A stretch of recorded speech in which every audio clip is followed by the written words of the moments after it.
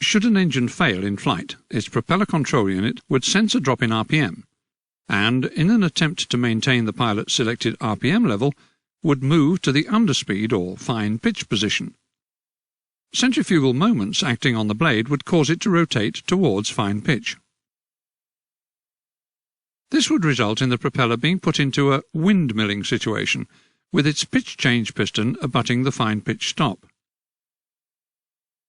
The immediate result of this would be a very large asymmetric drag, which would yaw the aircraft violently towards the failed engine.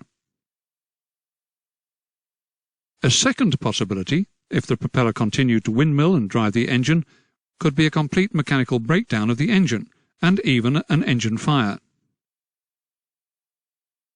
So, to minimize drag, and also to prevent further possible damage to the engine and the aircraft, some propellers, particularly on multi-engined aircraft, are provided with a means of turning the blades edge-on to the air flowing over them. In this edge-on position, where no aerodynamic force is generated either forwards or backwards, the propeller will cease to rotate. This action is called feathering the propeller. If the engine had actually failed, there would be no requirement to unfeather its propeller. However, propeller manufacturers usually provide an unfeathering facility, by means of which, if appropriate, an engine restart may be attempted. This may be a requirement following asymmetric flight practice.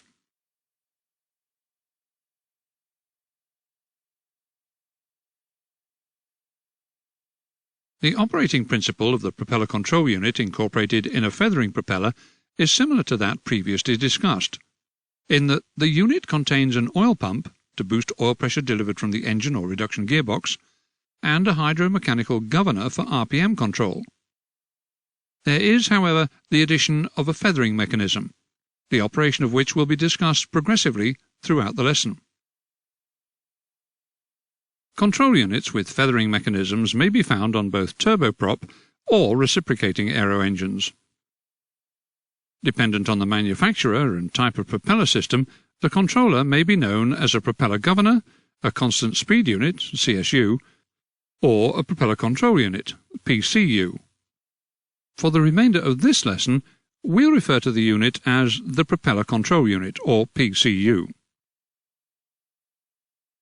The controls available to the pilot are, again, dependent on type. Most spark ignition piston engines, and many turboprop engines, are equipped with a twin-lever cockpit arrangement, whereby the pilot has separate engine power and propeller control levers. In this arrangement, propeller feathering can be manually achieved by moving the propeller control lever to the feather position, or, on some aircraft, by means of a separate feather lever. Some turboprop engines utilize a single lever arrangement, whereby the pilot is provided with a power lever only. In this arrangement, propeller pitch, RPM, and engine fuel flow, power, are simultaneously adjusted. Feathering may be achieved by moving the engine high-pressure fuel cock to the feather position. New generation reciprocating engines equipped with Full Authority Digital Engine Control, or FADEC, also use a single lever arrangement, whereby the pilot selects the required power setting and the propeller pitch angle is controlled either electronically by an electronic engine control unit or by a hydromechanical control unit. This diagram illustrates that the propeller control unit may contain a number of components which are additional to the basic constant speed system that we discussed earlier. The feathering mechanism provides a means of manually lifting the landed valve to the overspeed or coarse pitch condition when the appropriate control is moved to the feather position. The actions required to feather a propeller are dependent on the type of engine and propeller combination and the type of aircraft they are installed in. For single-acting propellers, this normally involves moving the propeller condition lever, or RPM lever, to the feather position.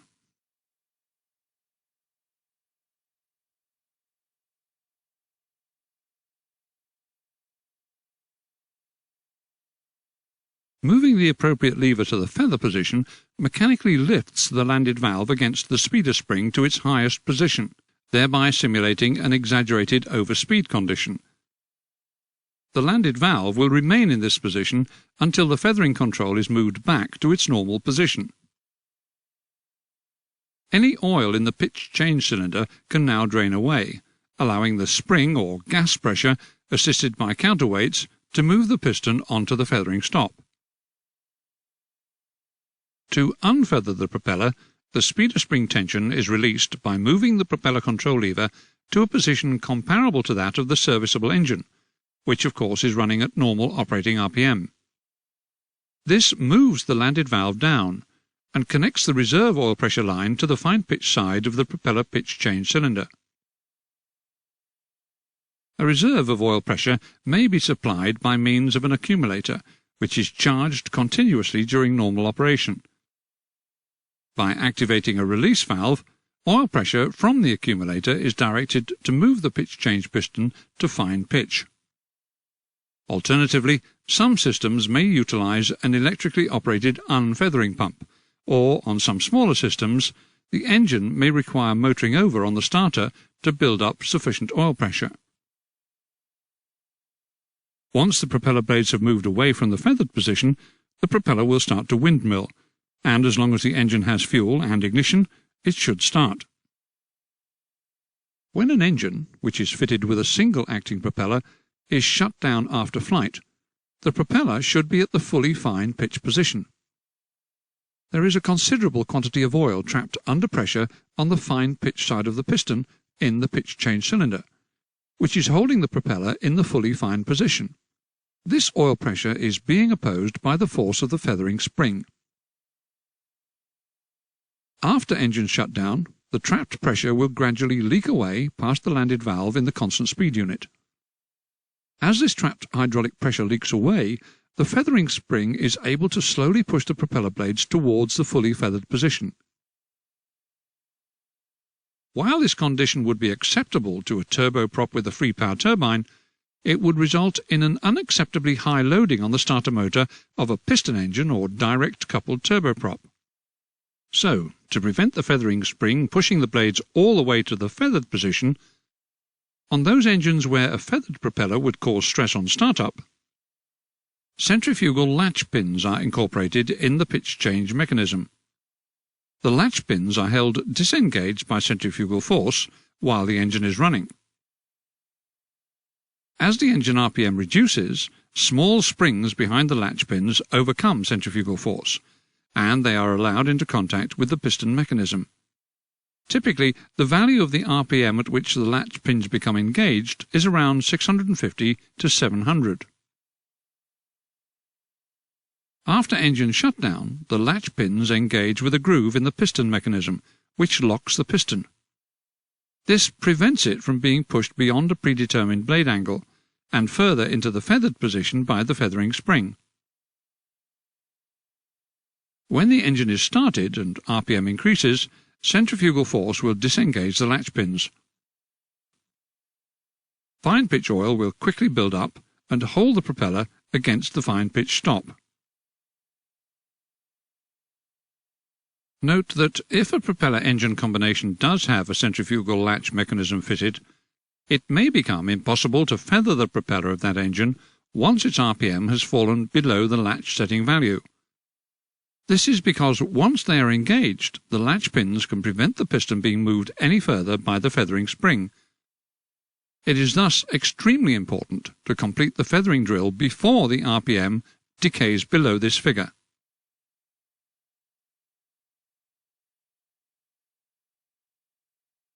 Double-acting propellers do not have springs or gas pressure to assist in changing propeller pitch.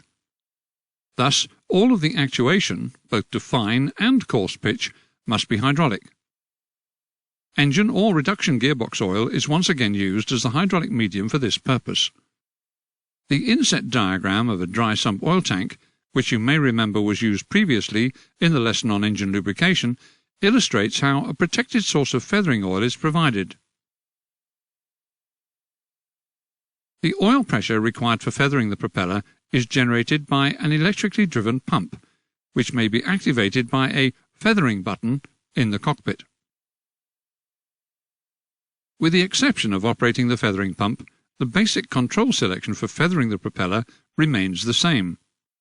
That is, selection of the propeller control or condition lever, operation of a separate feathering lever, or, on some turboprop systems, moving the HP fuel cock to the feather position.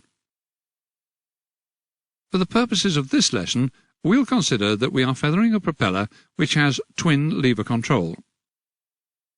The propeller control lever is brought back through the fully course position to the feather position.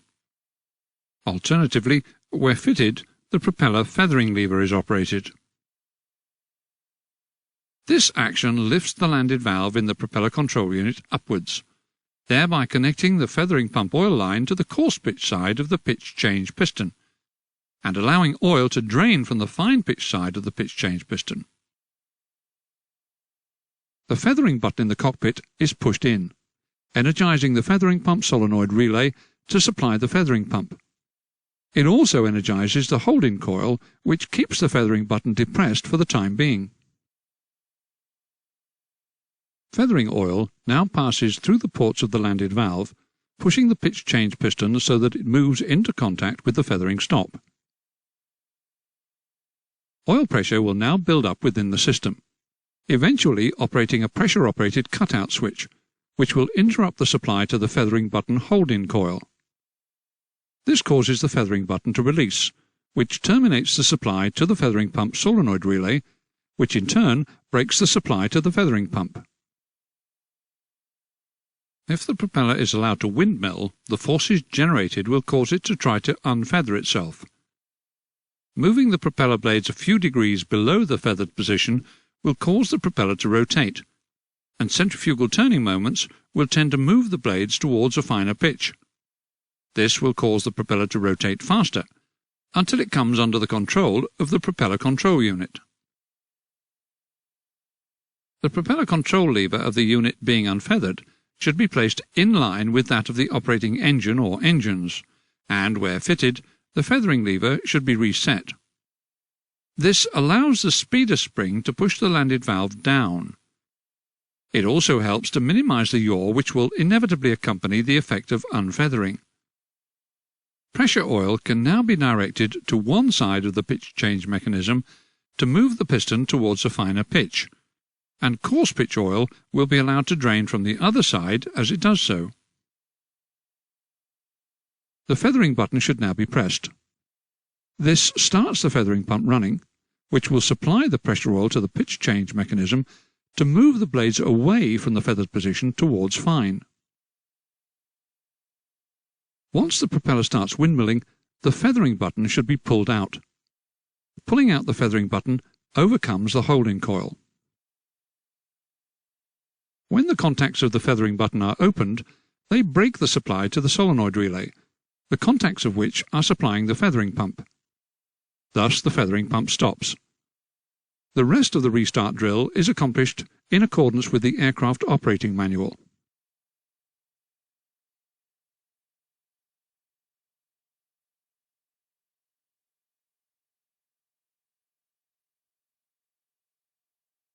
To reduce the workload on the pilot in the event of an engine failure, some propellers are equipped with an auto-feather system. The system is normally active during takeoff and cruise conditions only. For example, on a turbojet engine, with the high-pressure fuel cock open and the power lever set to high power, a signal of low torque from the engine torque meter system will automatically feather the propeller. Should either of these conditions not be met, the auto-feather system will be rendered inactive. This diagram shows an auto-feather system installed on a typical double-acting propeller arrangement for a turboprop engine. It consists of an additional oil pressure line supplied from an electrically operated feathering pump to the underside of a valve lift piston in the feathering mechanism. Control over this oil pressure is provided by an electrically operated solenoid valve.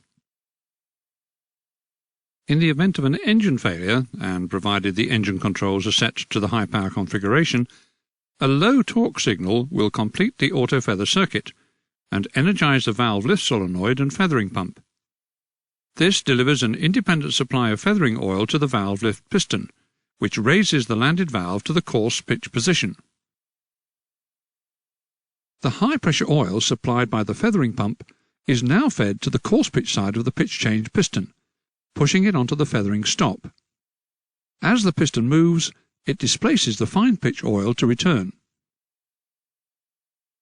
The feathering stop is fitted within the pitch change mechanism, the position of which allows the propeller blades to take up a position edge-on to the aircraft airflow, where they will generate zero aerodynamic force in either direction. The propeller should not now windmill. The propeller control unit incorporates a flight-fine pitch stop solenoid, which controls a supply of high-pressure oil to a flight-fine pitch stop mechanism in the propeller pitch change cylinder. When the solenoid is energized, oil pressure is directed to withdraw the flight-fine pitch stop, thereby allowing the pitch change piston to move below the flight-fine position and into the beta range. When the solenoid is de-energized, oil pressure is removed, and the flight-fine pitch stop is engaged by spring pressure. Use your mouse to press the repeat button, which will enable you to see the removal of the flight-fine pitch stop again.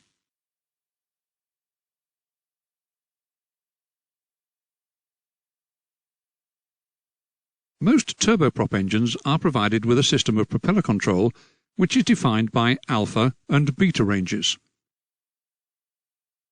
The alpha range is used at high speed, during the takeoff run, in flight, and during the initial high-speed part of the landing rollout.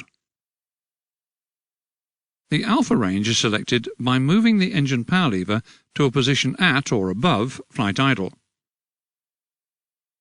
The beta range is used on the ground only. It's selected during the landing roll by first removing the flight-fine pitch stop, or FFPS, which was previously engaged to prevent the blades moving to ground fine pitch in flight, and then moving the engine power lever to a position below the flight idle position. On systems not equipped with a hydraulic flight fine pitch stop, the power lever is moved through a flight idle detent or gate. With the propeller blades functioning within the alpha range, their pitch is controlled automatically by the propeller control unit, whilst within the beta range their pitch is controlled by the operator's movement of the engine power lever. In most aircraft, the selection of the beta range is made by movement of the flight-fine pitch stop, the FFPS lever. Alternatively, in some systems the selection can be made via the condition lever, that is the RPM lever, itself. A warning light, usually blue or amber, illuminates whenever the flight-fine pitch stop is disengaged. Additionally, other warning lights may be provided, which illuminate whenever the propeller blades are moved below the flight-fine pitch position, that is, into the beta range. While the aircraft is taxiing, there is insufficient RPM available to bring the propeller control unit on speed, and it's therefore unable to take control. Propeller RPM is controlled by movement of the engine power lever within its range below flight idle. As power is applied for takeoff, the flight-fine pitch stop lever is forced into the flight position by the action of moving the power levers to the takeoff power position. The FFPS light and/or beta lights are extinguished. As the pitch of the blades coarsens to allow the propeller to absorb the increased torque being produced by the engine, the piston in the pitch change mechanism moves into the flight pitch range, or alpha range.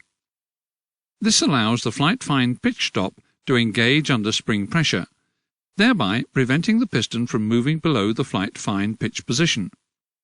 There is now sufficient RPM available to bring the propeller control unit on speed and into a controlling condition.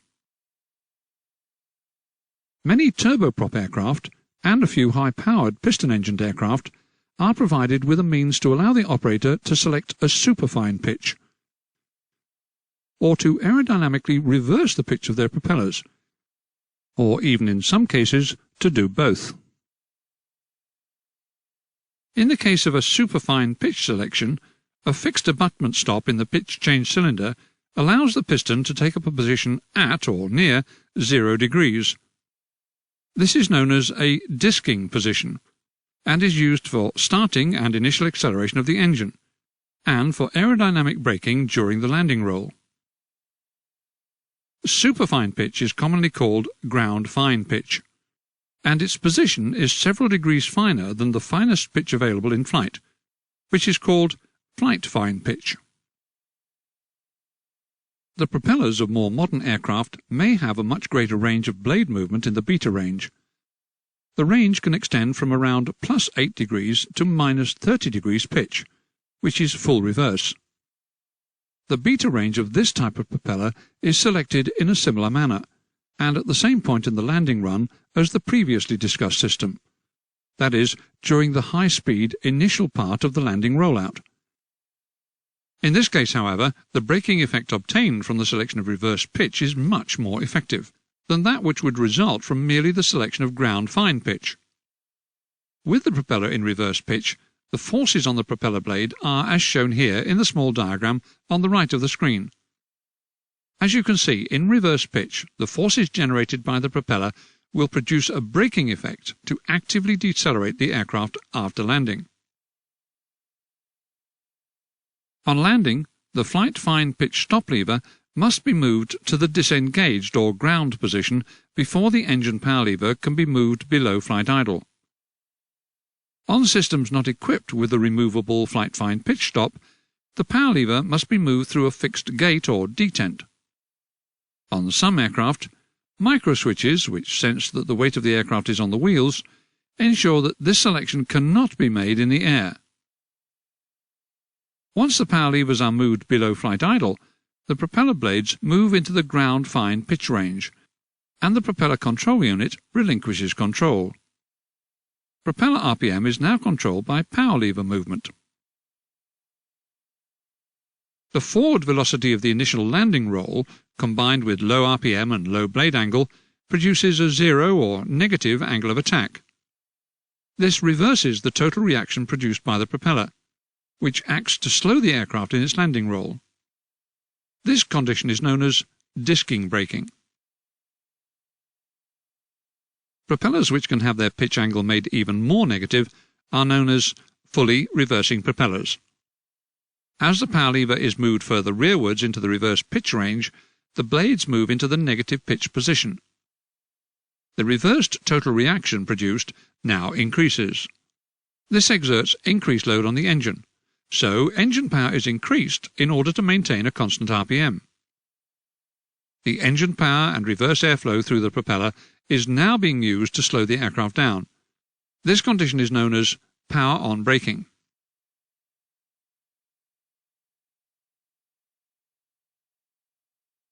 Many multi-engined aircraft are provided with a visual indicator